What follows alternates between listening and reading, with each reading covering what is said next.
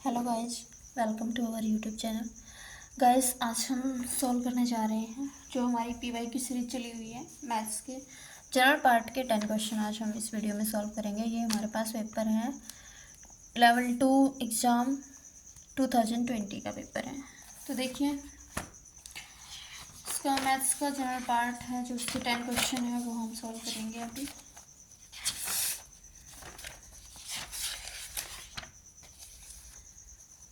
तो देखिए, हमारे पास है फर्स्ट क्वेश्चन है मैथ का। A swimming pool 3 meter long has a depth of water 0.8 meter at one end and 2.4 meter at the other end. The area of the vertical cross section of the pool along the length is, area बताना है हमें along length। तो देखिए figure draw करते हैं हम।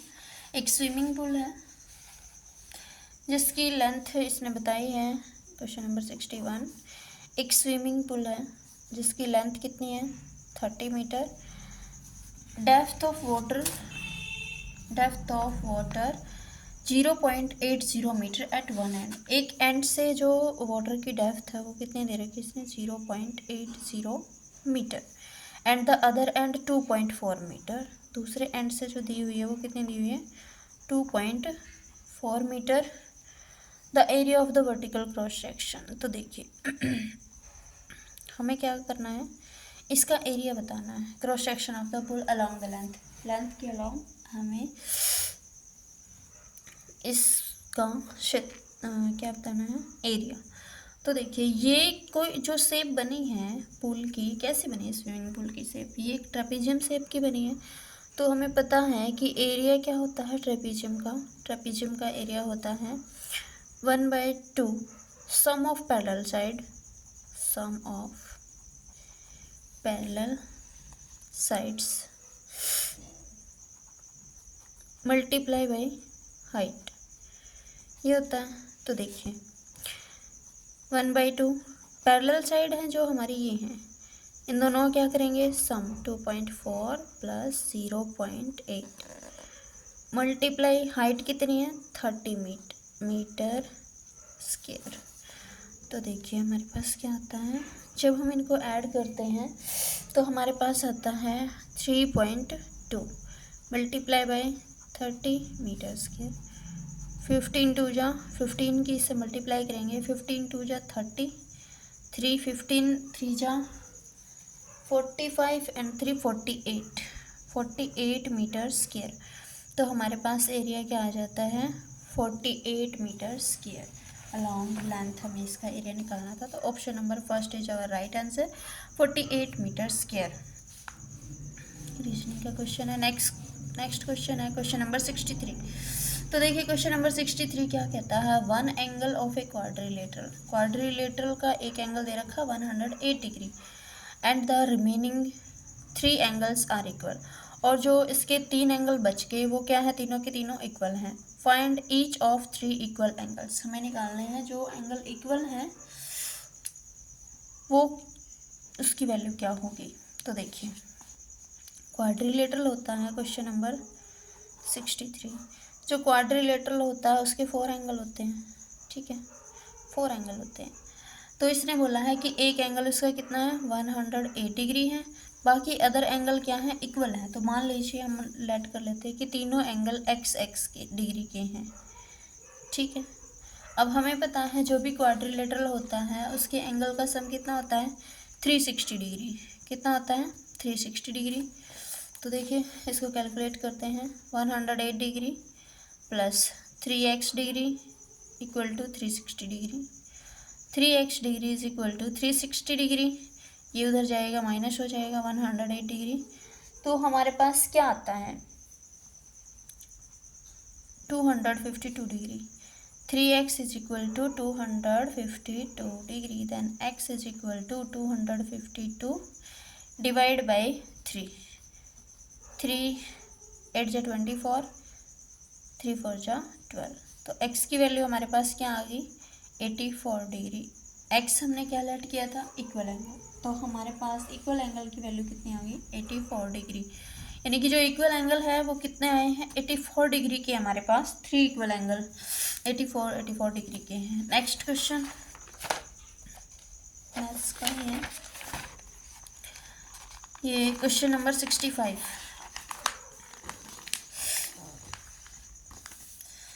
Question number 65 क्या कहता है, क्वेश्चन नंबर 65 कहता है, देखिए 12 men take 18 days to complete a job whereas 12 women in 18 days can complete 3/4 part of the same job।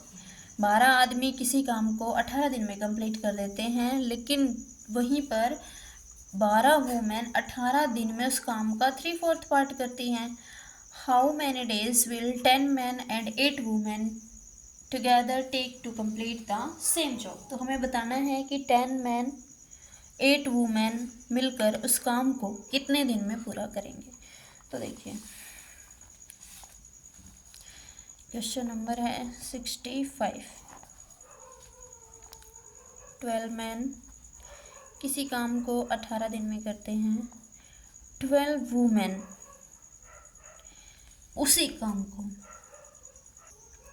12 women 18 days में 3/4 पार्ट करते हैं, 3/4 पार्ट 18 डेज में करते हैं, तो होल पार्ट कितने दिन में करेंगे, 18 मल्टीप्लाई 4/3 3 6 जा, यानी कि 24 डेज में करेंगे टोटल काम। तो 12 वुमेन उसी काम को 24 दिन में कंप्लीट करेंगे। तो देखिए 12 मैन 18 डेज में जो वर्क करते हैं, 12 वुमेन 24 डेज में उस वर्क को करते हैं, तो ये टोटल वर्क इक्वल आया हमारे पास। यहाँ से देखिए हम क्या करते हैं, 12 से 12 कैंसिल, 3 6 3 जा 6 4 जा, 3 मैन इक्वल टू 4 वुमेन के, 3 मैन इक्वल टू 4 वुमेन। इसका यूज हम कहाँ करेंगे, 10 मैन 8 वुमेन है ना, हमें बताना है कि 10 मैन और 8 वुमेन उस काम को कितने दिन में करता है। तो देखो 4 वुमेन है वो 3 मैन के इक्वल है, तो यहाँ से अगर मैं इसको ट्वाइस कर दूँ तो 8 वुमेन 6 मैन के इक्वल होंगी, 8 वुमेन किसके इक्वल होंगी, 6 मैन के इक्वल होंगे। तो मैंने इसको क्या किया, 6 मैन टोटल मैन में कन्वर्ट कर दिया। अभी ये कितने मैन है, 16 मैन। अब हम चेक करेंगे कि 16 मैन उसी काम को कितने दिन में कंप्लीट करते हैं। तो हम क्या करते हैं, पहले इसका टोटल वर्क निकाल लेते हैं। तो टोटल वर्क देखिए, या तो इससे कर लो या इससे कर लो। अभी हमने मैन में कन्वर्ट किया है तो मैन वाला लेंगे टोटल वर्क। अगर हम वुमेन में कन्वर्ट करते हैं सारे को तो हम ये वाला पार्ट लेते हैं। तो देखिए 12 मैन कितने डेज में, 18 डेज में वर्क कंप्लीट करते हैं, तो इनकी मल्टीप्लाई करते हैं तो हमारे पास आता है 18 2 जा 36, 3 18 1 जा 3 216 मैन। तो हमारे पास कितना आया, 216 मैन। अब हमें क्या निकालना है, टाइम निकालना है। टोटल हमारे पास 16 मैन हुए, 216 डिवाइड बाय 16, तो 16 पे नहीं कटेगा, 8 2 जा 16, 8 2 जा 16, 8 2 जा 16, 5 6 8 7 जा 56, 27/8 आया हमारे पास टाइम। क्योंकि ये हमारे पास क्या बने हैं, टोटल वर्कर 10 मैन और 8 वुमेन। इकट्ठा हमने मैन को वुमेन में कन्वर्ट कर लो या फिर वुमेन को मैन में, यानी कि टोटल को हम मैन में ले आए। हमारे पास सिंपली यहाँ पर बन रहा था इसलिए हमने कन्वर्ट किया है। तो देखिए अब इसको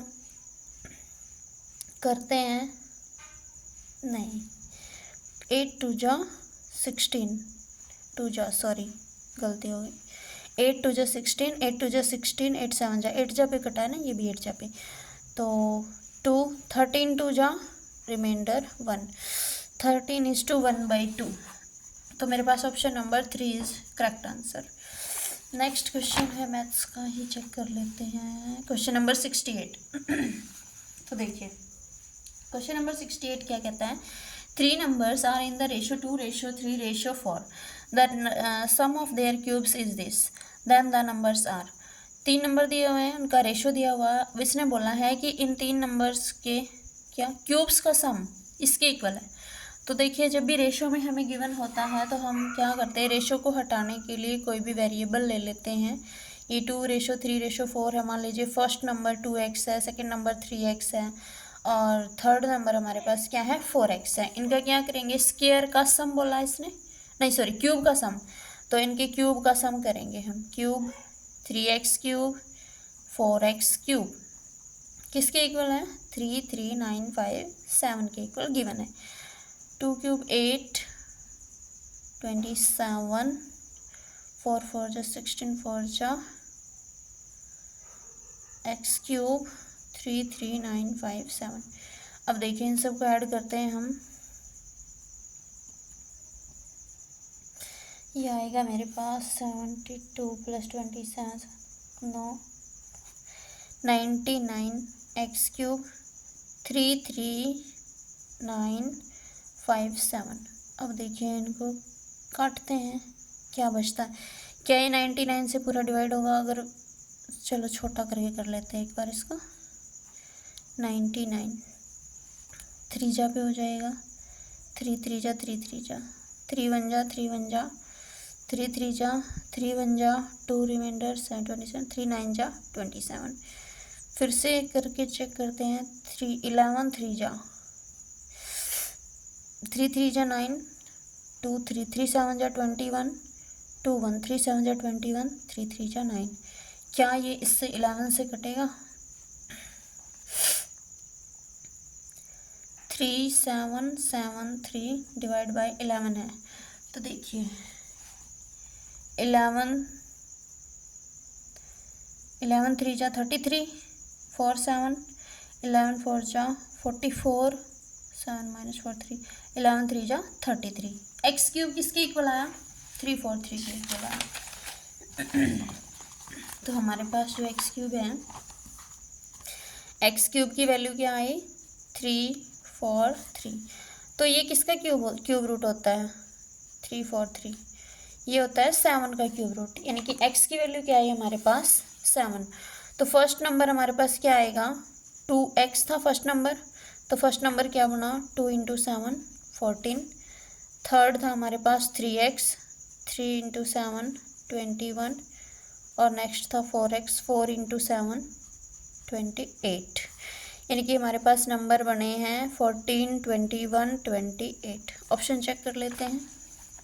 option number first 14 21 28 is our right answer. Next question, question number 69। Question number 69 में क्या गिवन है, if p and q are rational numbers and this equal to this then the value of p and q are. p और q की value हमें बतानी है। तो देखिए जो हमें गिवन है एक बार बोल के चलते हैं। क्वेश्चन नंबर 69 में हमें क्या गिवन है, 3 + √5 3 - √5 किसके इक्वल है, p + q √5। इसको सोल्व करते हैं, रैशनलाइजेशन कर देते हैं इसका। 3 - √5 3 - √5 3 - √5 से मल्टीप्लाई एंड डिवाइड कर दें, माइनस है तो प्लस से p + q √5। जब भी हम रैशनलाइजेशन करते हैं तो हम डिनोमिनेटर वाला पार्ट देखते हैं। डिनोमिनेटर में अगर माइनस है तो हम प्लस करके मल्टीप्लाई डिवाइड कर देते हैं, अगर प्लस है तो माइनस करके मल्टीप्लाई डिवाइड कर देते हैं। तो ऊपर तो सेम सेम बन गया, यानी कि 3 + √5 का क्या बन गया, स्क्वायर बन गया। नीचे क्या बनेगा, 3 - √5 × 3 + √5 इक्वल टू p + q √5। तो देखिए इसका स्क्वायर करेंगे, 9 5 6 √5 divide by a - b + b a² - b² 3 square minus में √5 स्क्वायर p + q √5। 9 + 5 क्या है हमारे पास 14 14 + 6 √5 3 3 जा 9 -5 p + q √5। तो 9 - 5 कितना बचेगा 4 14 + 6 √5 डिवाइड बाई 4 p + q √5। यहाँ क्या 2 को मना सकता है, बस 2 7 जा 2 3 जा 4 p + q √5 2 2 जा 4। तो देखिए 2 2 जा 4 तो यहाँ बचा 7/2 3/2√5 इक्वल में p + q√5। तो देखिए कंपेयर करते हैं, p की वैल्यू 7/2, q की वैल्यू 3/2√5 एस्टिस। तो p की वैल्यू कितने 7/2, p कितना 7/2, q कितना 3/2। तो हमारे पास option number 3 is our right answer. Next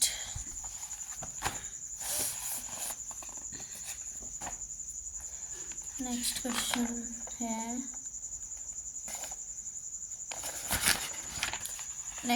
question number 73। तो देखिए क्वेश्चन नंबर 73 में क्या गिवन है हमें।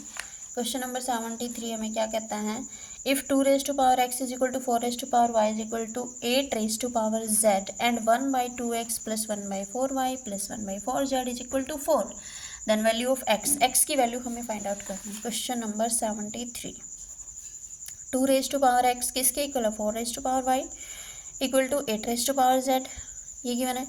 2x, क्या हम इन सब का बेस सेम बना लें, ये 2 होता है, 8 क्या होता है 2 तो हमारे पास बेस सेम है तो पावर इक्वल हो जाएंगी, x = 2y = 3z, ये आ गया।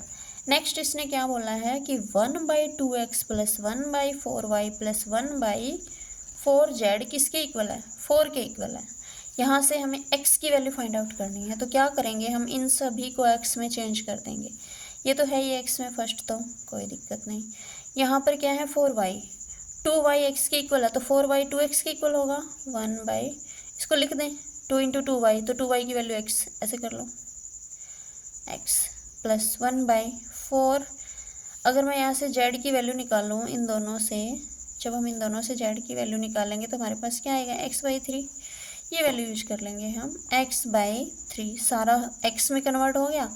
अब करते हैं 1/2x + 1/2x प्लस ये ऊपर चला जाएगा 3/4x = 4। इनका हम एलसीएम लेंगे, जब हम इन सब का एलसीएम लेंगे 4x आएगा, 2 × 2 = 2 × 2 = और 3 = 4। 4 + 3 7/4x, क्या है हमारे पास 7/4x, किसके इक्वल 4 के इक्वल आया। तो यहाँ से हमें x की वैल्यू फाइंड आउट करनी, 4 को इधर ले आओ, x को उधर ले जाओ, तो क्या आ जाएगा 7/4 × 4 16। x की वैल्यू हमारे पास क्या आई 7/16। तो चेक करते हैं option, option number first is our right answer 7/16। Next question देखिए, क्वेश्चन नंबर 75। क्वेश्चन नंबर 75 क्या कहता है, in a group of 15 people, total group में कितने पीपल हैं 15, 7 read Hindi, 8 read English, 3 read none of this language. 3 ऐसे हैं जो कोई भी लैंग्वेज नहीं रीड करते हैं। How many people read Hindi and English, हमें बताना हिंदी और इंग्लिश कितने पीपल रीड आउट करते हैं। तो देखिए इस क्वेश्चन में हम क्या करते हैं, हमारे पास टोटल कितने हैं 15, टोटल पीपल कितने हैं 15। क्वेश्चन नंबर 75, टोटल हमारे पास कितने हैं 15, हिंदी के भी दे दिए, इसने इंग्लिश के भी दे दिए, और दोनों में से किसी के भी नहीं, तो हमें निकालने हैं दोनों में से। तो देखिए एटलीस्ट 1 लैंग्वेज के लिए हम निकाल लेते हैं, एटलीस्ट 1 लैंग्वेज, एटलीस्ट 1 लैंग्वेज जो, तो 15 माइनस कोई भी लैंग्वेज यूज नहीं करता, वो कितने हैं 3। तो कम से कम 12 पीपल ऐसे हैं जो कोई ना कोई एक लैंग्वेज ज़रूर रीड करते हैं, और हमें पता है हिंदी के 8 हैं, और हिंदी के 7 हैं गिवन है, और इंग्लिश के 8 पीपल हैं। तो देखिए हिंदी एंड इंग्लिश के, हिंदी एंड इंग्लिश दोनों कॉमन कितने आएंगे हमारे पास, जो दोनों ही लैंग्वेज, तो हिंदी में 7 है, इंग्लिश में 8 है, माइनस एटलीस्ट 1 लैंग्वेज को जानने वाले कितने हैं 12 है रीड करने वाले, तो ये आया हमारे पास 15, 15 माइनस 12 3 पीपल ऐसे हैं जो Hindi and English both read करते हैं। ठीक है, नेक्स्ट क्वेश्चन देखिए, ऑप्शन नंबर सेकंड इसका आंसर है। नेक्स्ट क्वेश्चन है, in a journey of 80 kilometres a train covers the first 60 kilometres at 40 kilometre per hour and the remaining distance at 20 kilometre per hour. The average speed of for the whole journey. हमें average speed बतानी है इस पूरी की पूरी journey की। तो देखिए यहाँ पर डिस्टेंस गिवन है और एक की जो ट्रेन से जो कवर की है इसने 60 किलोमीटर डिस्टेंस स्पीड भी दी हुई है, यानी कि यहाँ से हम टाइम निकाल सकते हैं। जब भी हमें एवरेज स्पीड की बात करें तो एवरेज स्पीड हमें निकालनी होती है। तो देखिए एवरेज स्पीड की बात करें तो एवरेज स्पीड होती क्या है, डिस्टेंस। अब यहाँ पर दो ट्रेन से कवर की है और रिमेनिंग डिस्टेंस पता नहीं किस चीज़ से कवर की है, ठीक है, दूसरी क्यों नहीं बताई इसने, पर उसकी क्या बताई है उसने, स्पीड बताई हुई है। तो देखिए पहले वाले की डिस्टेंस, दूसरे वाले की डिस्टेंस, डिस्टेंस का सम डिवाइड बाय टाइम होता है, दोनों के टाइम का सम, ये होता है हमारे पास फॉर्मूला। तो देखिए यहाँ पर इसने बोला है कि 80 किलोमीटर टोटल डिस्टेंस है, लेकिन 60 किलोमीटर है जो डिस्टेंस, यानी कि फर्स्ट डिस्टेंस वो कितनी है 60। अब 80 टोटल थी, 80 में से 60 गया, कितना बचा 20। सेकेंड डिस्टेंस, फर्स्ट डिस्टेंस जो इसने कवर की है वो कितने kilometre per our, 40 kilometre per our से कवर की है। जब भी हमें टाइम निकालना होता है तो हमारे पास ये भी होता है कि जो टाइम होता है वो क्या होता है, डिस्टेंस अपॉन स्पीड, ये फॉर्मूला होता है।